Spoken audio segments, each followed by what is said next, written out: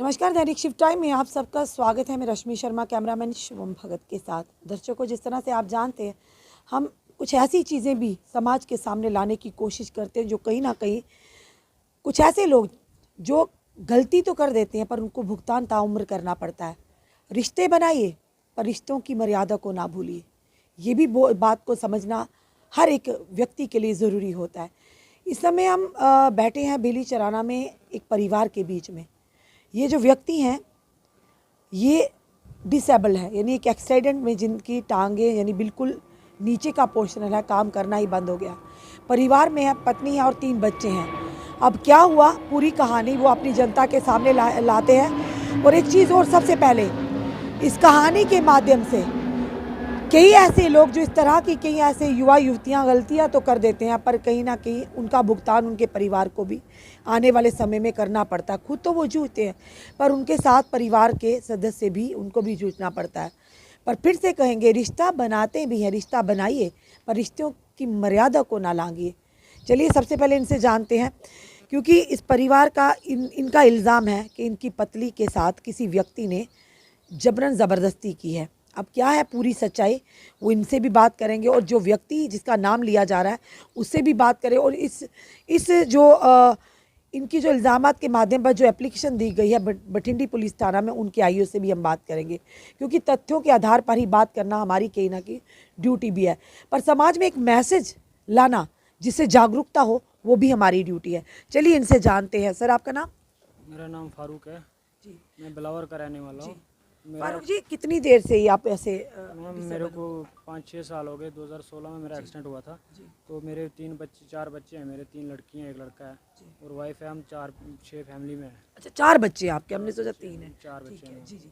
तो मैम मैं डिसेबल्ड हूँ और मैं इसके साथ तो आ नहीं सकता। जम्मू ये दवाई लेने आती थी और इधर हमारे इधर बठिंडी में कोई औरत रहती है, उसका बेटा है और मेरी भाभी रहती है किराए पे। ये उसके पास जाती थी तो उन्होंने इसको गलत गाइड करना शुरू कर दिया कि इसका पति तो ऐसे है, तू ऐसे काम कर, हमारे साथ इधर बैठ, हम तेरा।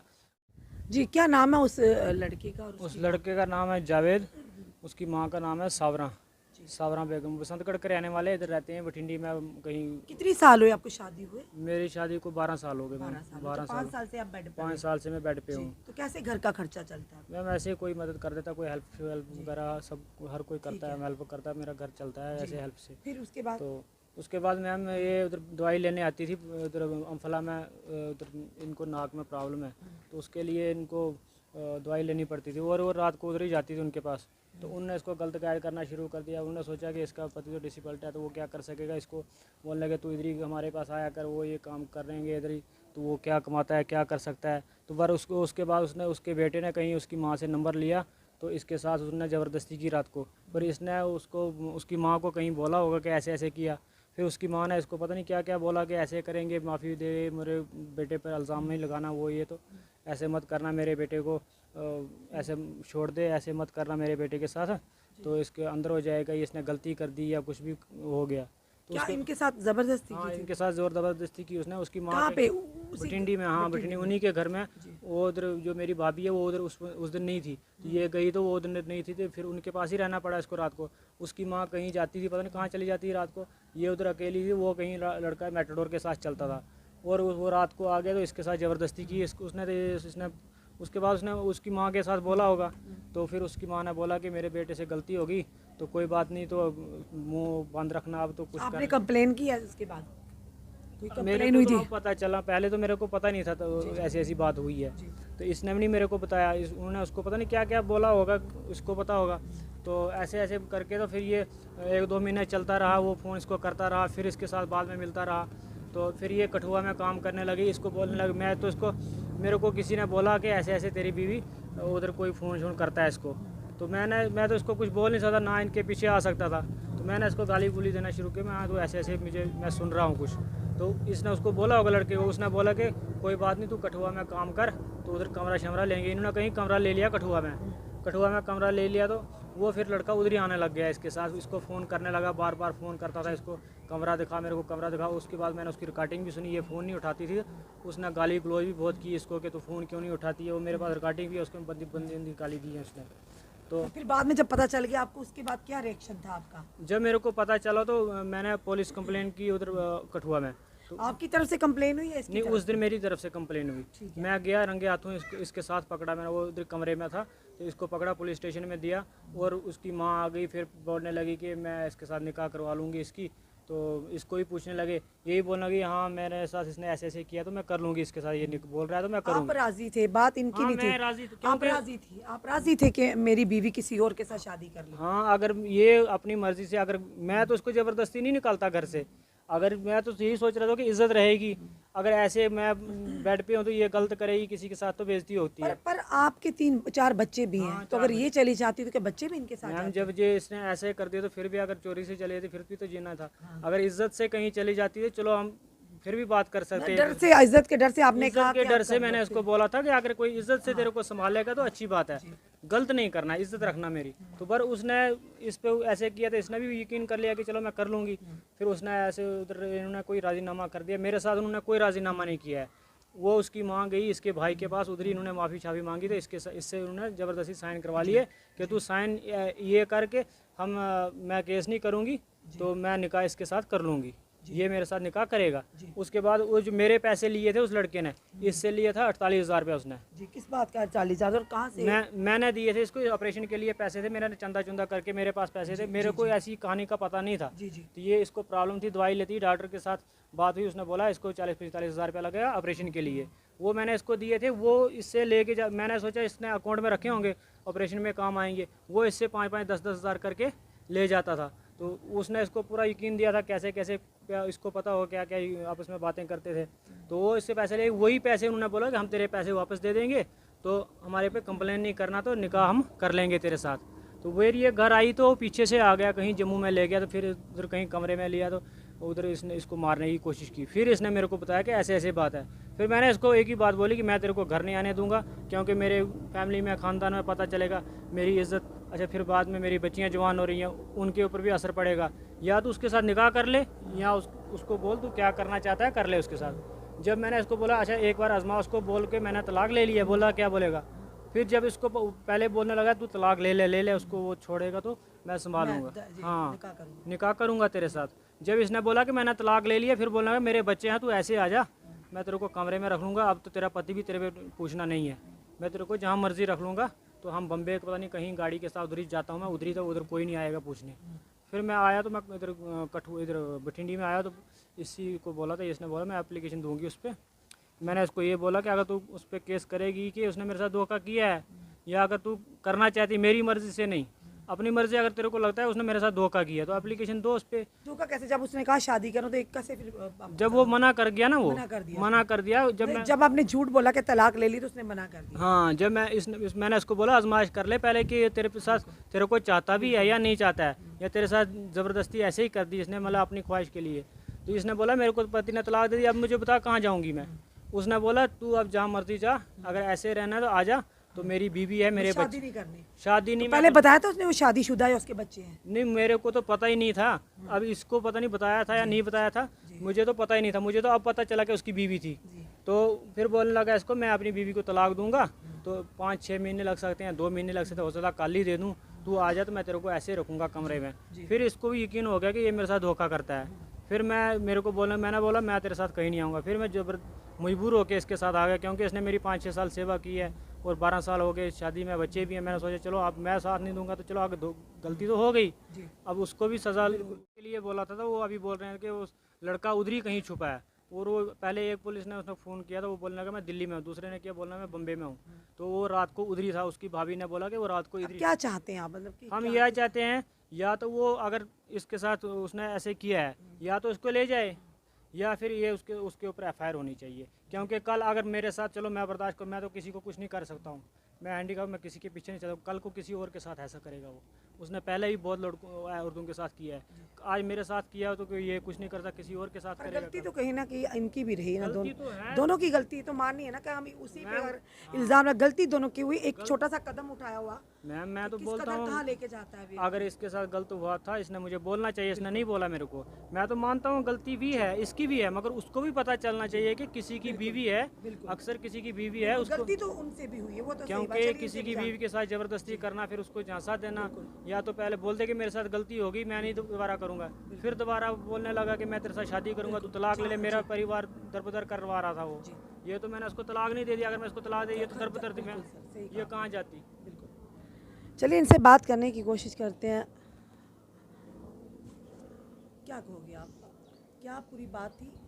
थोड़ा हम चाहेंगे कि संक्षेप में बताओ, ब्रीफली बताओ, ज़्यादा लंबा चौड़ा नहीं, जो हुआ है वो बताओ और क्या चाहती हो आप। उनसे भी बात करने की कोशिश करेंगे। मैम मैं जो बठिंडे में जाती थी दवाई लाने, ठीक है, उसने जब मेरे साथ ज़बरदस्ती की है, तो फिर उसके बाद मैंने उसको बोला है कि ठीक है, उसने बोला कि तू केस कुछ नहीं करना। अगर ज़बरदस्ती की आपने अपने आके पति को क्यों नहीं उसी टाइम कहा था? मैम उन्होंने मेरे को बहुत वो किए, बहुत सारा उन्होंने बोला कि अब तो कुछ नहीं करना, माफ़ी मांगने लगी, उसकी माँ बोलने लगी अब तो कुछ नहीं करना, इससे गलती, वो भी बोलने लगा मेरी बीवी नहीं है, उसकी तलाक हो गई थी, मेरी बीवी, उसकी तलाक हो गई, बीवी नहीं थी वहाँ पे, वो पता नहीं कहाँ थी, तो उसने बोला उसकी तलाक हो गई है, वो बसंतगढ़ में शायद गई थी, तो उसने बोला उसकी तलाक हो गई है, मैं तेरे साथ निकाह कर लूँगा, मेरे पे केस नहीं करना, पैर तक पकड़ने लगी उसकी माँ। मैंने बोला ठीक है, मैंने सोचा चल जब ये बोल रही है, पैर पकड़ रही है, तो मैंने सोचा अब मैं इसको बोल दूंगी, अपने पति को बोल दूंगी, तो वो मुझे घर नहीं आने देगा। मैंने उसको भी बोला, मैंने बोला ऐसे उसको पता चल जाएगा तो मैं क्या करूँगी। बोलने लगा कोई बात नहीं, जब उसको पता चल जाएगा मैं तेरे साथ निकाह करूँगा। मैंने बोला बीवी है तेरी? उसने बोला तलाक हो गई है उसकी, उसकी माँ ने भी बोला तलाक हो गई है। मैंने बोला ठीक है, फिर मैंने भी सोचा चलो अगर मेरे को भी थोड़ा सहारा हो जाएगा, चलो ये तो ये पहले ही बोल रहे थे इज्जत से अगर तूने और करना एक होगा। चीज़ पूछना चाहिए, आपके 4 बच्चे हैं, वो तो है मैम, देखो कैसे घर का खर्चा चल रहा था आपका? वो तो कोई हेल्प उधर इधर से करते थे। आप ही काम करते थे? मैं तो फैक्ट्री में गई थी फिर काम करने। जब ऐसा हुआ मेरे साथ तो मैं बाहरों बाहर चले गई। ये बोलने लगे मैं घर नहीं आने दूंगा। जब इनको पता चल गया ना तो ये बोलने लगे मैं घर नहीं आने दूंगा। तो मैंने सोचा चल मैं कहीं काम करती हूँ। उसको भी बोला मैंने अगर तूने मेरे को संभालना होगा, जब तूने मना कर दिया केस नहीं करना मैं संभालूंगा। उसने बोला चल ठीक है कर तू फैक्ट्री में काम। कॉम्प्रोमाइज़ हुआ था हाँ। कठुआ पुलिस स्टेशन में? कठुआ में हुआ था। दोनों पार्टीज का कॉम्प्रोमाइज़? हाँ जी हाँ जी। कि आप कोई क्लेम नहीं करोगे, आप कोई केस नहीं करोगे? हाँ, उन्होंने हाँ। कहा ठीक है, मैं वहाँ पे क्या लिखा था कि मैं शादी करूँगा ऐसे? हाँ वहाँ पे compromise हाँ हाँ वो बोल रहा था मैं करूँगा तू केस नहीं करना। तो मैंने बोला कि ठीक है। उसकी माँ ने भी बोला तू तलाक ले ले, हम शादी तेरी करवा देंगे इसी के साथ। वहाँ फैसला हो गया। फिर फैसला नहीं हुआ वहाँ, हाँ वहाँ तो हो गया फैसला। फिर लुधियाना में मेरे को भाई के पास लिया। भाई को बोलने लगे, उसको भी ऐसे पैर शैर पकड़ने लगे अब इससे गलती हो गई कठुआ है। से सीधा आपको लुधियाना लेकर चले गए? नहीं 1-2 दिन में उधर कमरे में थी। फिर उसके बाद गए हम कठुआ। उधर से मेरे भाई ने इनसे मुझे कोई आपका टाई अप नहीं हुआ, कोई बातचीत नहीं इस नहीं दौरान? नहीं नहीं उनसे नहीं बात की थी मैंने। फिर मैंने बोला ठीक है। इन्होंने नहीं बोला, ये नहीं मान रहे थे, बोल रहे थे जब उसने ऐसे किया तो ठीक है, फिर जब वो बोल रहा है तो कर लेने का उसके साथ। तो फिर जब मैं लुधियाना में गई तो मेरे पास जो पैसे थे उसने पहले मेरे पास 40,000 था, 48,000 तो इसने ऑपरेशन के लिए मेरे को पहले ही दिया था। बोल रहा था मुझे नाक में प्रॉब्लम है, सांस की दिक्कत होती है। मैंने बोला था ऑपरेशन करवाना। डॉक्टर ने बोला ऑपरेशन होगा तेरा, वो ऐसे दवाई से ठीक नहीं होगा। वो पैसे मेरे पास थे। उसने मेरे को पूरा यकीन दे दिया। बोलने लगा अब तेरे को कौन देगा, मैं ही तो खर्चा दूंगा तेरे को।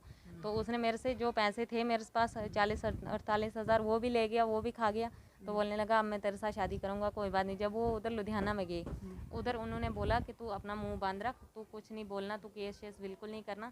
मेरे भाई को भी बोलने लगे केस इसको करने नहीं देना, आप तो आप साइन कर दो, केस नहीं करनी चाहिए तो हम निकाह इसका करवा देंगे। लड़के ने खुद बोला मैं करूँगा तेरे साथ। फ़ोन किया उसको, उसने बोला मैं करूँगा निकाह, तो तुझे मेरे पे भरोसा नहीं है, मैं करूँगा निकाह। मैंने बोला ठीक है। फिर उसने अपनी माँ की कसम खाई थी, बोल रहा था मैं अपनी माँ के साथ गलत करूँगा अगर तेरे को मैं धोखा दूंगा। मेरे को यकीन आ गया, अब देखो कसम पे यकीन है, मैंने यकीन कर दिया। मैंने बोला ठीक है। फिर उसके बाद जब उन्होंने वो मेरे पास पैसे दिए 40,000, तो जब वो दिए उसके बाद मैं जब घर के लिए आ गई मैंने सोचा चल मैं जाती हूँ, बच्चों के साथ मिल के आऊँगी और इसको भी चल माफ़ी शाफ़ी मांगूँ। अगर ये बैठने देगा ठीक है, अगर नहीं बैठने देगा तो कर लूँगी उसके साथ निकाह। जब ये बोल रहा है अब ज़बरदस्ती नहीं ना, मैं घर से चले जाऊँगी, ये इसकी मर्ज़ी होगी रखने की, मैं पूछूँगी। तो मैं घर के लिए आई, उसने मेरे को फ़ोन कर दिया, इसको भी मैंने किया। मैंने बोला मैं घर आ रही हूँ, क्या करूँ। इसने बोला कि नहीं मेरे आगे नहीं आना, ऐसे तू बिल्कुल नहीं आना घर, मैं इधर बैठने नहीं दूँगा क्योंकि मेरी बेइज्जती हो गई है, मैं कैसे मुँह निकालूँगा। मैंने बोला ठीक है। फिर उसको मैंने पूछा, मैंने बोला ऐसे ऐसे पति मेरा बोल रहा है। उसने बोला क्यों जाना है तूने घर? बिल्कुल नहीं जाना है, घर जाना ही नहीं है, मैं तेरे को कमरा लेके दूंगा, मैं काम करूंगा इधर ही, तो तू उधर ही कमरे में बैठना। वहाँ से आ गया, ठीक है। मैंने बोला ठीक है, फिर मेरे को यकीन आ गया जब ये बोल रहा है तो ठीक है, मेरी भी इज्जत गई या बेइज्जती हो गई है मेरी भी। तो उसने मेरे को जम्मू लिया। जब जम्मू लिया कमरे में, तो ऊपर छत पे था वो कमरा। उधर जब मैं अंदर गई तो दरवाज़ा, उधर अपने अपने रूम में होते हैं लोग, वो कौन से मेरे को रात को देखने आ रहे थे। जब मैं उधर कमरे में गई तो उसने जो मेरे पास वो पैसे थे 40,000, वो उन्होंने जो दिए थे मेरे को, तो वो मेरे पास थे पर्स में, मैंने बेड पे रखा हुआ था पर्स। उसने क्या किया, उसने मेरा गला दबाया तो मैं चिल्ला रही थी ज़ोर ज़ोर से। दरवाज़ा बंद था, उधर किसने सुनना था। मैं चिल्ला रही थी, नींद में ही चिल्ला रही थी मैं। तो जब मैं जागी, उसका मैंने मुंह पकड़ लिया ऐसे, तो वो सो गया जल्दी जल्दी। बोलने लगा क्या हुआ क्या हुआ। मैंने बोला ऐसे मेरा गला किसने दबाया। बोलता नहीं नहीं इधर कुछ पता नहीं, मैं भी डर गया था, मेरा गला भी किसी ने दबाया। तो ऐसे मतलब कि झूठ बोलने लगा। मैं समझ गई इसी ने दबाया था। फिर मैं उठने लगी। मैंने सोचा मैं बाथरूम में जाऊंगी, मैंने सोचा बाहर निकलूंगी तो मैं बोलूंगी, किसी को शोर उठाऊंगी। उसने जाने नहीं दिया, बोलता है नहीं नहीं अभी बाद में जाना। तो मैं डर के मारे मैं बैठ गई चुपचाप, मैं सोई नहीं। फिर उधर मैं डर के मारे बैठ गई वैसे ही। तो फिर वो सुबह क्या किया, वो जल्दी जल्दी उठ के तो चले गया। पैसे मेरे से वो ले गया, पर से बोलता है मैं एटीएम से निकालूंगा, तेरे को शाम को वापस कर दूंगा, तो मेरे साथ ही है, चल अब कमरा लेंगे कहीं तो चल। उसने जब मेरे पैसे हाथ में पर्स से निकाल के अपने जेब में रखे हुए थे, पर्स नीचा था। मैं बाथरूम में गई, मुँह शूँ धोने लगी, उसने पर्स से निकाल के पैसे अपने, मैं रोड पे उतरी, उधर पैसे देखे, उसमें कुछ भी नहीं। उसने मैंने पूछा उससे, जब मैंने पूछा उससे तो वो बोलने लगा कोई बात नहीं, हम कमरा लेंगे, तेरे को मैं कमरे में रखूँगा तो मैं काम करूँगा। मैंने बोला ठीक है। फिर वहाँ से जब तक मैंने उसको, होटल वाले ने पूछा तू चिल्ला रही क्यों थी, मैंने बोला ऐसे ऐसे हुआ, तो तब तक वो चले गया। वो बोलने होटल में लगा रखा था आपको? हाँ जी। ठीक है। तो उसने बोला कि ठीक है आजा, हम उधर कमरा लेंगे। तो मैंने सोचा क्या पता ये इसने मेरा गला रात को दबाया था, पता नहीं ये क्या करेगा, तभी ये भाग रहा है आगे आगे। वो बोलने लगा फिर बोलने लगा चल कोई बात नहीं आ जा तू। मेरे को यकीन आ गया, मैंने सोचा चल क्या पता, अब पैसे भी ले गया वो, तो मैं कहाँ जाती, नहीं किराया था मेरे पास नहीं कुछ। होटल वाले को मैंने बोला भैया ऐसे ऐसे। वो बोलने लगा अब वो भाग गया तो आप क्या करेंगे उसको, कैसे रात को तू चिल्ला रही थी। मैंने सोचा ये मियाँ बीवी है तो आपस में झगड़ा होगा, हम नहीं उधर आए। तो जब उसने मेरे को बाहर भी नहीं निकलने दिया कमरे से, तो फिर जब मैं वापस आ गई, उसने वो चले गया, वो भाग गया कहीं, वो पैसे छैसे लेके वो भाग गया। तो फिर जब मैं घर चली गई, इसको मैंने माफ़ी छापी मांगी। मैंने बोला देखो ऐसे हुआ है मेरे साथ, मेरी भी बेइज्जती हो गई थी, मैं तभी आपको नहीं बता रही थी। तो इसने बोला अगर ऐसा किया हुआ तेरे साथ, तू उस पर केस कर तो मैं तुझे घर में बैठने दूंगा, अगर तू केस नहीं करेगी तो मैं तुझे घर में नहीं बैठने दूंगा। तो अब ये बात है, आप देखो उस पर अगर वो कोई कंप्लेन करवाई आपने? करवाई थी इधर बठिंडी में। हाँ उन्होंने बोला अब उसके बाद बात हुई लड़के की आपके साथ? उसके बाद नहीं की मैंने बात, नहीं बात हुई नहीं है। हुई ये बात। एक बात ज़रूर आपसे जानना चाहेंगे। एक औरत है, 12 साल हुए आपकी शादी को, अब 5 साल के बाद ये 5 साल हुए इनको अपाहज हुए, यानी कि डिसेबल्ड हुए एक्सीडेंट के कारण। अगर एक्सीडेंट इनका ना हुआ होता, ये नॉर्मल होते, तो क्या आप ऐसा सोचते? सोचते ऐसे? नहीं मैंने आप मानते हैं गलती हुई है, क्योंकि आपके चलो मैं तो बच्चे मानती, चलो चार गलती हो। बच्चे, पर गलती तो उस व्यक्ति की भी हुई हाँ है। जी हाँ जी, चलो मैं जिसने भी आपसे मानती, छिपाया, चलो हाँ। गलती, हाँ मेरे से गलती ये हो गई, मैंने छुपा के रख दिया, मैंने उसी दिन किया होता ना तो चलो उसके बाद फैसला हो। जब उसके बाद उसने मेरे को बोला कि मैं रखूँगा तेरे को, जब मैं तेरी बेइज्जती होगी मेरी भी होगी तो चल रखूँगा मैं, इसने भी बोला वही बात। अब ये वो बोल रहे हैं जब ऐसा हुआ तेरे साथ धोखा हो गया है, अब तू केस करेगी तो मैं घर आने दूंगा, नहीं करेगी अब तो। क्या चाहते हैं, किस तरह की कार्रवाई चाहते हैं? आपने कंप्लेन तो दी हुई है। दी हुई है, उन्होंने बोला कि एतवार को आना, अब क्या पता वो करेंगे नहीं करेंगे। चलिए हम कोशिश करते हैं। जावेद नाम है ना उसका। हेलो। हेलो। हाँ जी, जावेद जी बोल रहे हैं? जी। हाँ जावेद जी, एक परिवार है यहाँ पर, मेरा नाम है रश्मि शर्मा, मैं जर्नलिस्ट हूँ। ये एक परिवार है यहाँ पे बेली चराना में, और उनके जो हस्बैंड है महिला, वो हैंडीकैप है। आप ज़रा प्लीज़ जावेद जी गाने की सॉन्ग की आवाज़ बंद करेंगे? जी जी बोलिए सर। जी, ये इल्ज़ाम लगा रहे हैं कि आपने इनके साथ ज़बरदस्ती की है, और एक बार पहले भी आपका कहीं पैचअप हो चुका, कठुआ में आपने इनसे धोखा किया है, आपने इनसे शादी का वायदा किया था और बाद में आप मुकर गए हैं, और आपने ये भी इनसे छुपाया था कि आप शादीशुदा नहीं हैं। क्या आप क्या कहना नहीं चाहते हैं? मैडम जी, इनको पता था, ये कोई नहीं थोड़ी, मैं इसको जानता था कि नहीं था, हमारे घर में पहले भी आती, मैं जानता था कि नहीं था इसको। जी जी।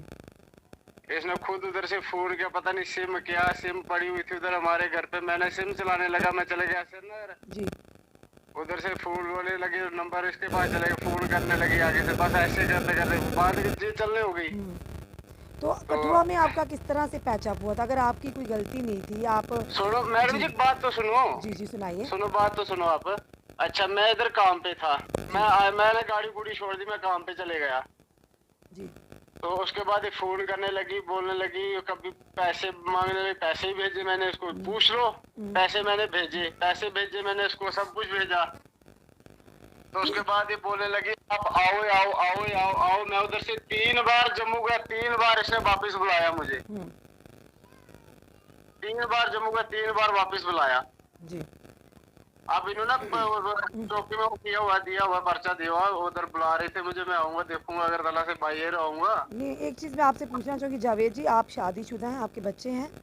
जी मैडम जी। कितने बच्चे हैं? 2 लड़की है मेरी। 2 लड़कियां हैं। तो क्या आप उनके साथ इंसाफ किया आपने भी?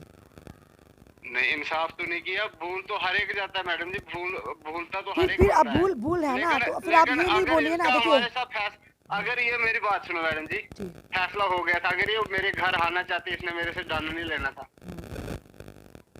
अच्छा, आपने और पैसे, कितने पैसे हमारे दिए? पास लिस्ट पर पड़ी हुई है, सब कुछ पड़ा जी, हुआ है सब कुछ आपके पास पड़ा हुआ है जी। लिस्ट पर जो फैसला हुआ लगते हैं, लिस्ट पर सब कुछ पड़ा हुआ है हमारे पास है जी। कठुआ का, जो कठुआ में हुआ है आपके पास? कुठुआ वाला उधर तो राजीनामा हुआ था, उधर तो कुछ नहीं, जो हम इसके भाई ने किया लुधियाना में। हाँ, लुधियाना में कोई लिखत पढ़त हुई थी वहाँ के भी? जी जी मैडम जी, लिखत पढ़त हुई है, इसके भाई के पास भी पड़ा हुआ है, हमारे पास भी पड़ा हुआ है। जी जी, उनके पास भी जी, पड़ा हुआ है। उसके जी। बाद आपका क्या क्या लिखा था कि आप एक दूसरे को कॉल नहीं करोगे या बात नहीं करोगे? जी जी। तो उसके मैंने बाद जब आपकी से इसका फोन बंद कर दिया तो तब से मतलब थाने में जाने लगी। इसको फोन करूं मैं, सब कुछ करूं, तो ये थाने में नहीं जाती थी। पर इनका कहना है आपने 2 दिन पहले भी इनको कॉल किया है। नहीं मैडम जी, उधर से करती थी, इसने पासबुक को लगाया, मैं नहीं फोन करता, इधर उधर से क्योंकि देखिए, डिटेल तो पुलिस निकाल ही लेगी ना, अगर आपने कॉल किए हैं नहीं निकाल, डिटेल तो निकल उधर से जाएगी। कॉलें आई है, मेरे को देख लो, उधर से कॉलें आई हुई है। हाँ, आपने अटेंड की है कॉलें?